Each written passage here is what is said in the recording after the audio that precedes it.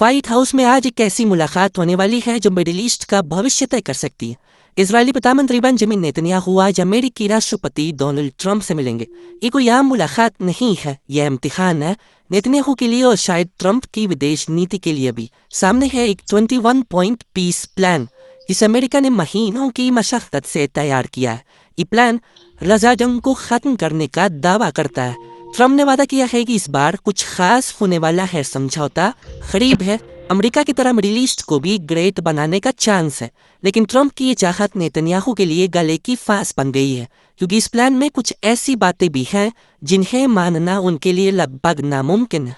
इसमें गजा से इजरायली सेना की वापसी की बात है, इसमें हमास के कुछ सदस्यों को माफी देने की बात है, और सबसे बड़ी बात, इसमें एक आज़ाद फिलिस्तीन की स्थापना का भी जिक्र है। एक तरफ है अमेरिका का दबाव और दूसरी तरफ उनके अपने देश की कट्टरपंथी राजनीति। और नेतन्याहू अगर झुकते हैं तो उनकी सरकार गिर भी सकती है, और अगर बढ़ते हैं तो अपने सबसे बड़े सहयोगी, सबसे सच्चे दोस्त अमेरिका को नाराज करने का खतरा है। तो आज दुनियादारी में हम इसी प्लान की बात करेंगे, जानेंगे कि क्या है ये 21 पॉइंट्स और इनके बरक्स इजराइल और हमास की अपनी अपनी मांग क्या है, और ये प्लान असल में किसका फायदा करा रहा। दोनों पक्षों के वॉर एम्स अलग हैं, मकसद अलग है, इसलिए किसी भी मसौदे पर दोनों की हामी आसान नहीं है। इस पर विस्तार से बात करेंगे, लेकिन सबसे पहले जानते हैं कि इस पीस प्लान में आखिर है क्या। सवाल का जवाब मिलता है अमेरिकी और इजरायली अखबारों के रिपोर्ट से। सबसे विस्तृत जानकारी दी है इजरायली अखबार टाइम्स ऑफ इजराइल ने। इस पीस प्लान की एक कॉपी अखबार के हाथ लगी है। अखबार ने इस डॉक्यूमेंट के हवाले और सूत्रों के आधार पर सभी 21 पॉइंट्स का ब्यौरा दिया है। एक एक करीना समझते हैं। पहला पॉइंट है, अगर इजराइल और हमास इस प्लान को मंजूरी दें तो जंग फौरन रुके। इजराइल अपनी ऑपरेशंस बंद करेगा और धीरे धीरे उसकी सीना बाहर जाएगी। ये पॉइंट दोनों ही पक्षों के लिए नाजुक है। हमास कहता है कि जंग तभी रोकेंगे जब इजराइल की फौज पूरी तरह बाहर निकल जाए। कोई आधा अधूरा समझौता मान्य नहीं होगा। वहीं इजराइल कहता है कि पीछे तभी हटेंगे जब हमास का खात्मा हो जाए और सभी बंधकों की रिहाई हो। दूसरा पॉइंट जानते हैं। दूसरा पॉइंट कहता है कि इजराइल के हाँ कहने पर हमास 48 घंटे में सारे बंधकों को लौटाएगा, फिर चाहे वो जिंदा हो या मृत।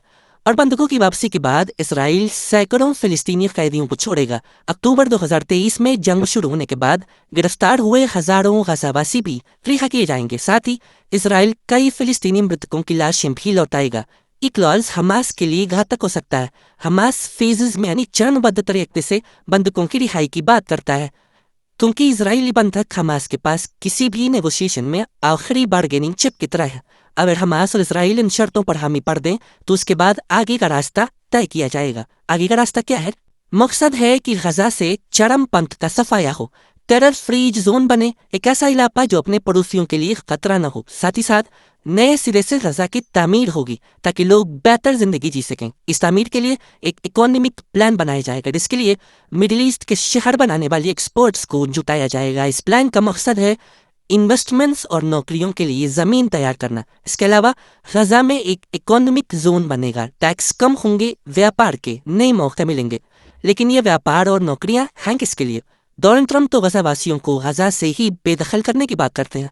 उन्होंने फरवरी 2025 में कहा था कि गजा वासियों को पास के अरब देशों में चले जाना चाहिए ताकि उनके जाने के बाद अमेरिका इस जमीन पर आलिशान इमारतें बना सके, बीच फ्रंट प्रॉपर्टीज हों, आधुनिक चमक दमक से भरे चौक चौबारे हों। बाद में ट्रंप ने इस विजन को एक वीडियो पोस्ट कर दिखाया भी। इसमें वो नेतन्याहू के साथ बीच पर आनंद ले रहे हैं।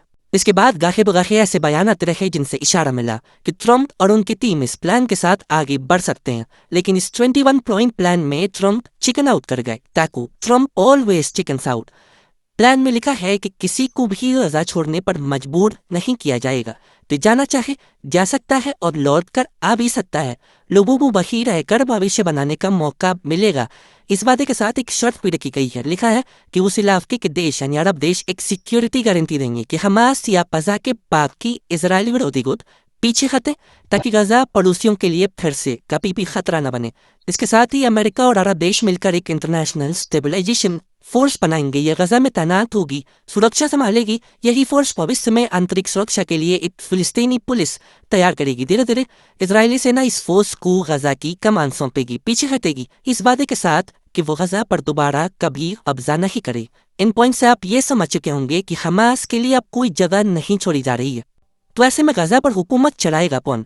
इस सवाल का जवाब भी इस प्लान में दिया गया। लिखा है कि गजा की हुकूमत में हमास का कोई रोल नहीं होगा, सुरंग और फौजी ढांचे तबाह किए जाएंगे और नई सरकार के नेता पड़ोसियों से अमन चैन बहाल रखने का वादा करेंगे।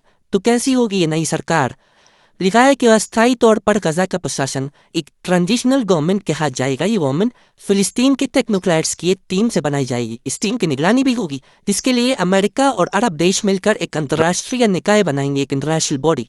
ये सब कुछ तब तक चलेगा जब तक फिलिस्तीनी अथॉरिटी यानी फिलिस्तीनियन अथॉरिटी PA अपने ढांचे में जरूरी बदलाव नहीं कर लेती, वो बदलाव जो अमेरिका और इसराइल चाहते हैं।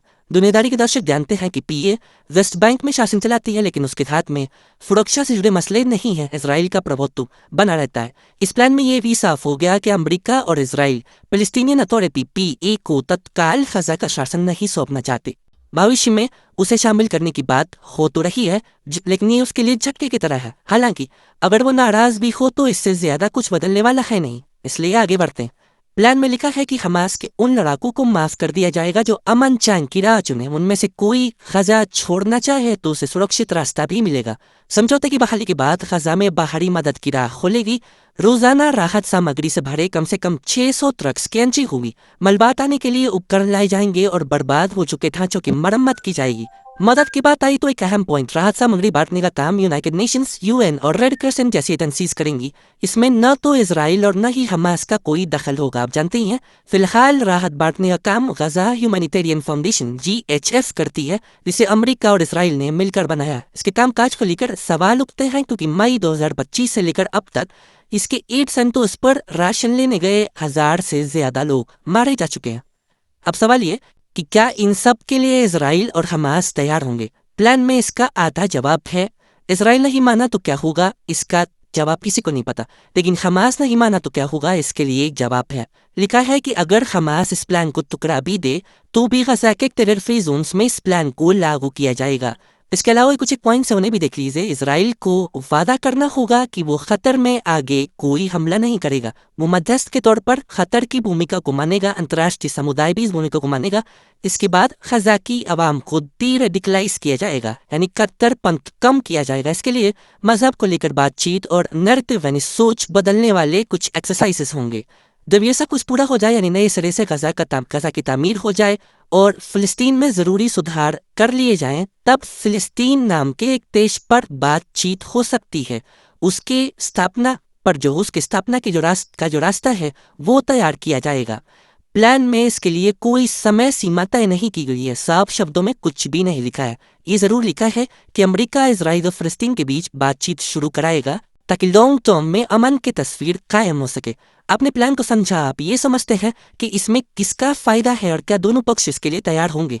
नेतन्याहू को इसका जवाब ट्रंप से आज ही के दिन होने वाली मुलाकात में देना है, संभवतः। दूसरी तरफ रॉयटर्स ने रिपोर्ट किया है कि हमास तक अभी अमेरिका का यह प्रपोजल नहीं पहुंचा है। अरब देशों तक ये प्रपोजल ट्रंप ने UNGA United Nations general assembly में ही पहुंचा दिया था। ऐसी में सारी संभावनाओं और आशंकाओं के बारे में बात करते हैं जानकारों से। देखिए, इसकी क्या एग्जैक्ट वजह है तो नहीं कह सकते, पर 2-3 वजह हो सकती हैं। एक तो फ्रेंच सऊदी प्लान जो 140 मुल्कों ने पास किया था UN में कुछ हफ्तों पहले, उसमें ये था कि हम इंटरनेशनल फोर्स लाएंगे UN के अंडर और ये सब चीजें करेंगे। तो एक तो वो प्लान है ऑन द टेबल। दूसरी बात यह है कि प्रेशर आ रहा है, बहुत सारे कंट्री जल्दी जल्दी पैलेस्टाइन को रिकग्नाइज कर रहे हैं, तो मुमकिन है कि उसकी वजह से ये हो रहा हो। तीसरी बात यह है कि ट्रम्प को अपना नोबेल पीस प्राइज चाहिए, तो उसकी भी वो जल्दी में हो, देख रहे हो कि नेतन्याहू को इस वक्त प्रेशराइज किया जा सकता है। पर मुझे मुश्किल ही लग रहा है ये, क्योंकि नेतन्याहू आसानी से अपने गेन्स गिव अप नहीं करेंगे और उनका जो कैबिनेट है वो अगर गिव अप करेंगे, ये सारे जो चीजें उन्होंने जमीन जो उन्होंने कब्जा किया है, तो उनका कैबिनेट टूट सकता है। और अगला इलेक्शन आपको पता ही है 1 साल बाद है, 2026 के अक्टूबर में है इसराइल में। ये पीस प्लान जो है वो पूरा इसराइल के फेवर में है। हमास के तो इसमें चितड़े उड़ जाएंगे, क्योंकि ये जितने भी पीस प्लान है, ब्लेयर पीस प्लान और 21 पॉइंट का विटकॉफ का और सऊदी फ्रेंच प्लान, इन सब में ये कहा जा रहा है हमास से कि तुम सरेंडर करो और यहाँ से निकलो। तो क्या हमास रेडी होगा, पता नहीं। अब ये डिपेंड करता है उनकी हालत क्या है इस वक्त उसके ऊपर। तो दूसरी बात ये कि इसराइल इस पे तैयार होगा कि नहीं। मुझे लगता है इसराइल भी इस पे तैयार नहीं होगा, क्योंकि जैसे मैंने कहा, इसराइल ने जो गेन्स किए हैं जमीनी, वो नेतन्याहू आसानी से छोड़ेंगे नहीं, क्योंकि ऑल्सो उनका खुद का जो कैबिनेट है उसमें एक्सट्रीम राइट विंगर्स हैं, तो वो अपोज करेंगे नेतन्याहू को टूथ एंड नेल जिसे कहते हैं ना। तो नेतन्याहू को अपना कैबिनेट बचाना है, अपने आप को गद्दी में रखना है 1 साल और। तो मुझे नहीं लगता कि इतनी आसानी से इसराइल मानेगा ट्रम्प के प्रेशर को। देखिए, गाजा का फ्यूचर गवर्नेंस की बात तो बाद में होगी, पहले तो नेतन्याहू इस बात पे तैयार होना। अभी तक तो नेतन्याहू किसी बात पे तैयार नहीं हुए हैं, ना अमेरिका की बात पे, ना हमास के डील पे, ना किसी डील पे, ना हॉस्टेज के रिलीज पे। तो पहले तो नेतन्याहू तैयार हों, और ये मुश्किल लग रहा है कि नेतन्याहू तैयार हो गए हैं। जिस तरह से आसार लग रहे हैं, वो लग ये रहा है कि अगली सरकार ही कर पाएगी, यानी नेतन्याहू को पावर से जाना पड़ेगा इस डील के लिए। अब उस वक्त किस तरह की गवर्नेंस होगी कहना मुश्किल है। हमास का तो रहना नामुमकिन ही लग रहा है हर सूरत में। लग ऐसी रहा है कि कोई या तो इंटरनेशनल फोर्स होगी या यूएन की फोर्स होगी कोई। तो अब एग्जैक्टली क्या